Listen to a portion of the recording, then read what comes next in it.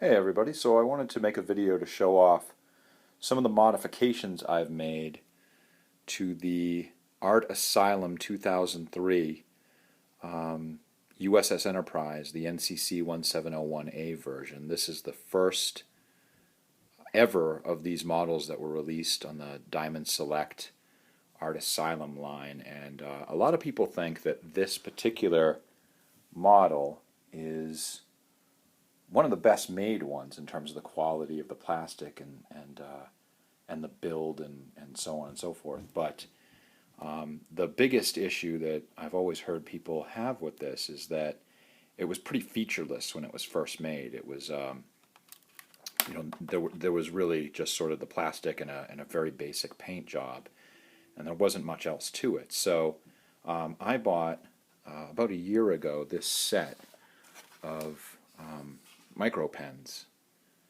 So there's a bunch of different size blacks in here, and then there's a variety of different colors. And I use these to add details to the paint scheme on the hull of the ship. So I'm actually pretty proud of the way it came out. I'm not a model builder or anything like that. I mean, even close, right? So this is something that it did take some time. This took me a week or so and a lot of patience, but I think it came out great. I'm really happy with the way it looks. I think again, it's kind of combining the fact that this particular build of this Art Asylum model, which was later taken over by Diamond Select, the quality of the build with the fact that it wasn't very detailed, and then adding the details to it makes it a piece that I'm really proud to have in my collection. So, I wanted to go over some of the things that I did with it. First thing that you'll notice is I colored in every one of the windows on the hull with a black, one of the black Micron pens. So take a look at this. You can see all over the hull, each of the windows, whether it's a round window or it's one of the uniquely shaped windows along the edge of the saucer. On the other edge, on the rear edge of the saucer, there's the square windows where the recreation facility is. I colored in. And so that was the first thing that I did with this. The second thing that I did was I wanted to add just some surface details to the saucer. So I'm not sure whether it's really easy to pick up on camera here or not, but you can see here the tiny little almost hatches, whether these were lifeboat hatches or I think in Star Trek The Motion Picture they emerge from one of these to go on the wing walk scene. I just etched those all in sort of a gray silver pen, and that's all around the hull there. You can see, inclusive of these hatches on the back here, these larger ones, and that just added just a little bit of pop to the top of the primary hull. The other thing I did was I used that same color, and I just colored in a little bit of the details around the bridge dome. So you can see here, there's just a couple of small flecks of color that I added to try to get the glare out of there. But a couple of small flecks of color that I added there.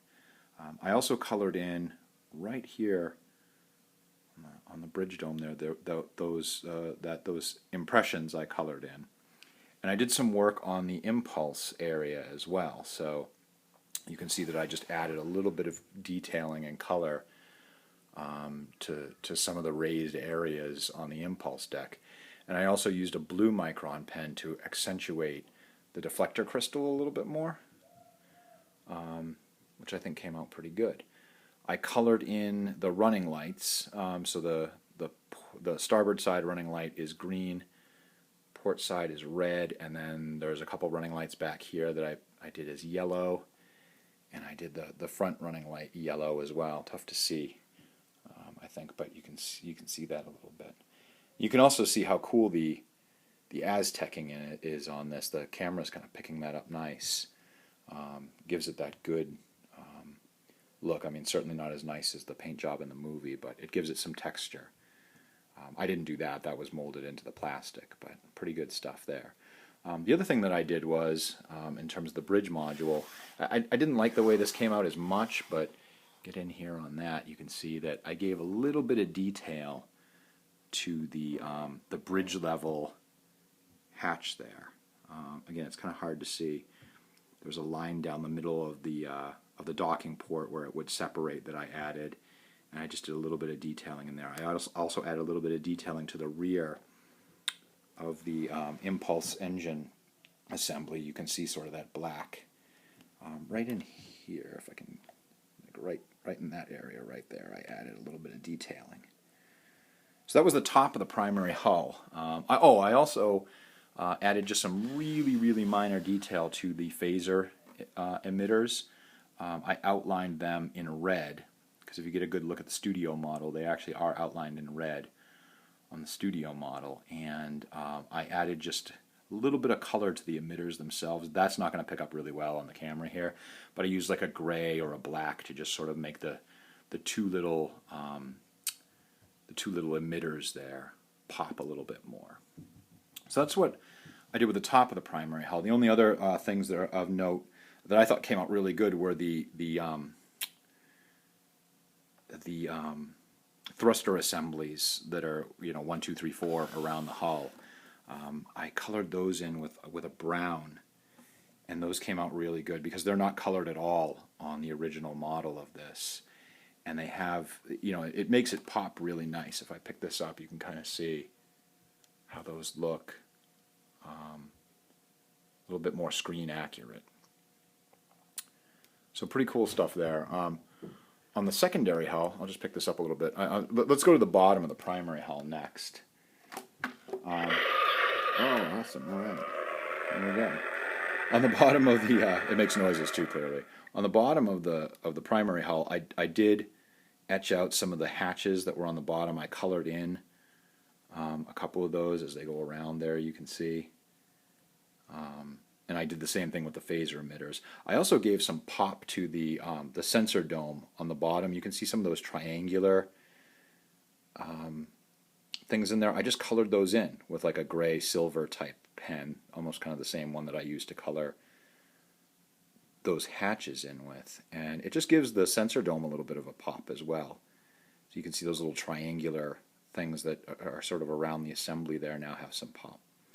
So that's everything that I did with the primary hull. Again, you can kind of see the reaction thrusters, the browns on the bottom there. Oh, there's the thing. In the secondary hull, again, I added some detail to all of the windows. It doesn't come out really great here, but I did add some green to the blue painted windows where the arboretum goes. I also put some red detailing around the docking ports. Not great. I wasn't thrilled with that, but it is what it is. And I added little sort of brown beige details right there, right on the deflector dish assembly. You can see there's a tiny little one right there.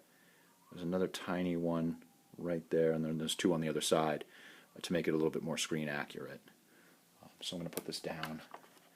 Talk about a couple other things that I did.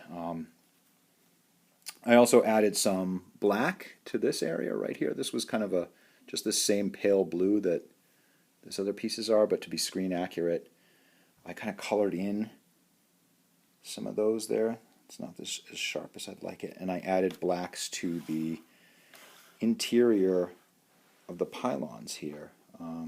So if you look here, you can see those are colored in.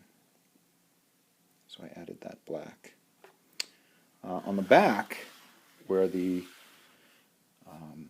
hanger is, I'm hoping we can see that, but I added some, it's a little blurry. Let's see if I can pull back a little bit. I added some reds. So those reds there, right above where the bay doors open up, are screen accurate, both underneath there and on the top. There were red lights. Some people say it's like a control room. I don't know. I don't think there's anything in the show that indicates that. But that was pretty good, pretty detailed. And also, if you can see to the left and the right of the bay doors, I added a little bit of blue, which you can kind of see in Star Trek The Motion Picture. There's just fine little blue details in there. Pull back a little bit.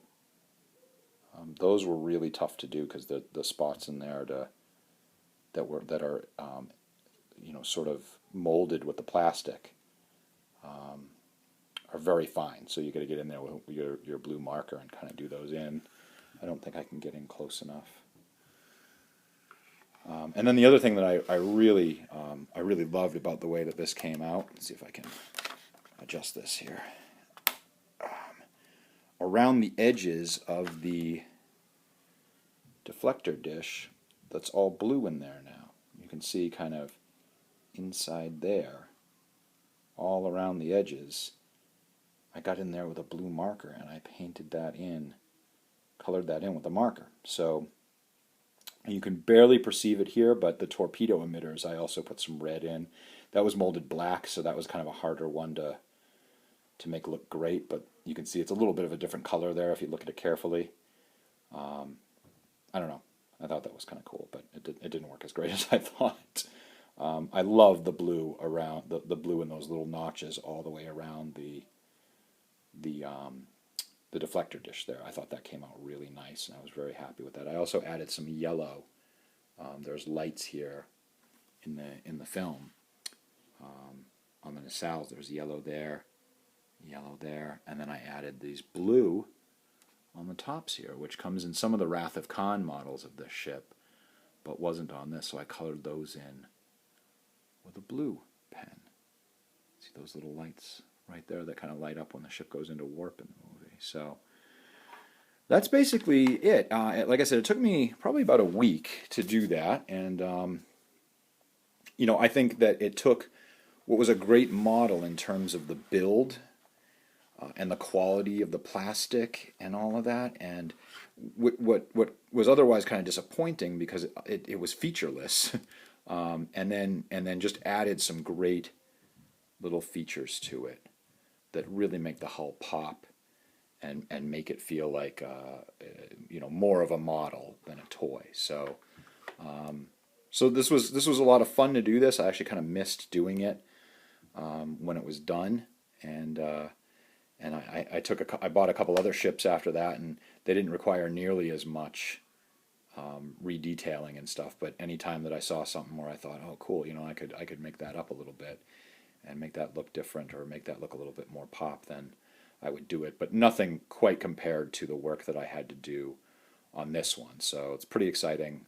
I love the way that it came out, and it didn't take a whole lot of time. If you get a good set of pens, right, and you just sort of you have some patience and a steady hand, and you have the areas that you want to attack on this particular model, it can come out looking really nice, and I'm really proud of it. So hope you enjoyed this. Maybe it gave you some ideas in terms of how you might want to go about taking this particular model piece and turning it into something that's a little bit more displayable.